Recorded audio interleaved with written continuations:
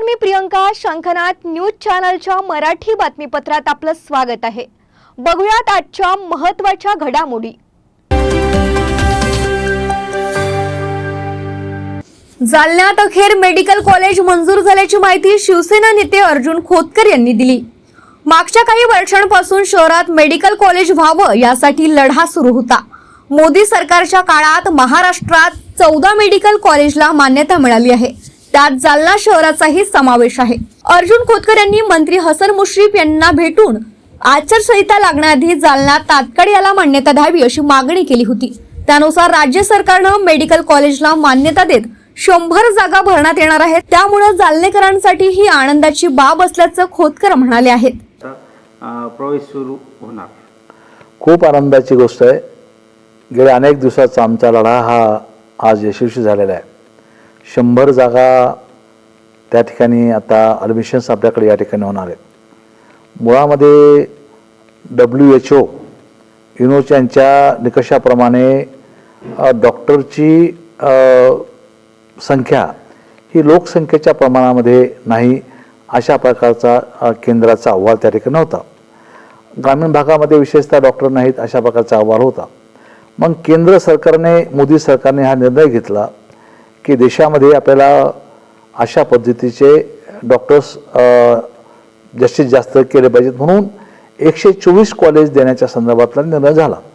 त्यातला 14 कॉलेज महाराष्ट्रामध्ये देण्याच्या संदर्भातला निर्णय या ठिकाणी झाला. खरं तर हा निर्णय बिगर काँग्रेसच्या सरकारमधला निर्णय, मोदी सरकारने घेतलेला हा निर्णय. आणि मग यामध्ये महाराष्ट्र सरकारने भूमिका घेतली जागा देण्याच्या संदर्भामध्ये, इमारतीच्या संदर्भामध्ये, स्टाफ भरण्याच्या संदर्भामध्ये. त्यामुळे आता ही गोष्ट याला मान्यता घ्यावी लागते राष्ट्रीय वैद्यकीय परिषदेची. या राष्ट्रीय वैद्यकीय परिषदेकडून मान्यता मिळाली आणि आता 14 कॉलेजला महाराष्ट्रामध्ये या ठिकाणी मान्यता मिळालेली आहे. आता ही आनंदाची गोष्ट आहे की खूप चांगल्या पद्धतीनं 100 जागा या ठिकाणी मिळाल्या. खरं तर हे यश कोणी एकट्याचं नाही.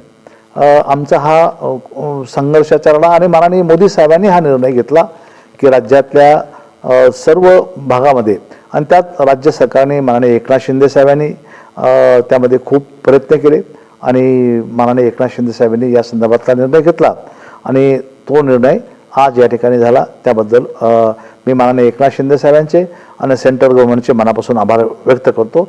खरं तर हे मी पुन्हा सांगतो की माननीय मोदी साहेबांच्या सरकारमधून हा देशामध्ये 124 कॉलेज उघडण्याचा निर्णय या ठिकाणी झाला. त्यापैकी 14 कॉलेज महाराष्ट्रामध्ये आणि तेही माननीय एकनाथ शिंदे साहेबांनी खूप यासाठी प्रयत्न केले. त्यातून हे मंजूर झालं. मी परवाच माननीय हसन मुश्रीफ साहेबांना या ठिकाणी भेटलो. मी तुम्हाला त्याचे फोटो देऊ शकतो की बाबा आम्हाला तातडीनं ही आचारसंहिता लागण्याच्या पूर्वी तुम्ही आम्हाला 100 जागा या ठिकाणी भरण्याची परवानगी द्यावी. आता भाड्याच्या जागेमध्ये हे कॉलेज सुरू होईल ही जालनेकरांसाठी अत्यंत आनंदाची बाब आहे. शंखनाथ न्यूजसाठी ब्युरो रिपोर्ट.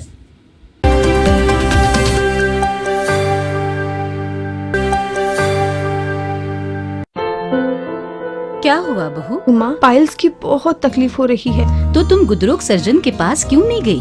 देखो, जैसे हार्ट के लिए हार्ट स्पेशलिस्ट, ब्रेन के लिए ब्रेन स्पेशलिस्ट, तो पाइल्स के लिए पाइल स्पेशलिस्ट क्यों नहीं? स्त्री हो या पुरुष, टॉयलेट में तकलीफ केवल पाइल्स ही नहीं और भी कई प्रकार के गुदरोग तथा कैंसर भी हो सकता है. इसीलिए इसकी प्रत्यक्ष जांच जरूरी है. ठीक है माँ, पर जांच के लिए हम जाएंगे कहाँ? वही काले आयुर्वेदिक पाइल्स हॉस्पिटल में. लेकिन माँ, प्रेगनेंसी में पाइल्स की दवाइयाँ. प्रेगनेंसी में आयुर्वेदिक दवाइयाँ सुरक्षित होती है. जनहित में जारी. काळे आयुर्वेदिक पाइल्स हॉस्पिटल, औषधि चिकित्सा तथा सर्जरी ट्रीटमेंट उपलब्ध. हमारा पता उमरेड रोड, दिघौरी बस स्टॉप के पास, नागपुर. अधिक जानकारी के लिए वेबसाइट पर जाएं kalepileshhospital.com.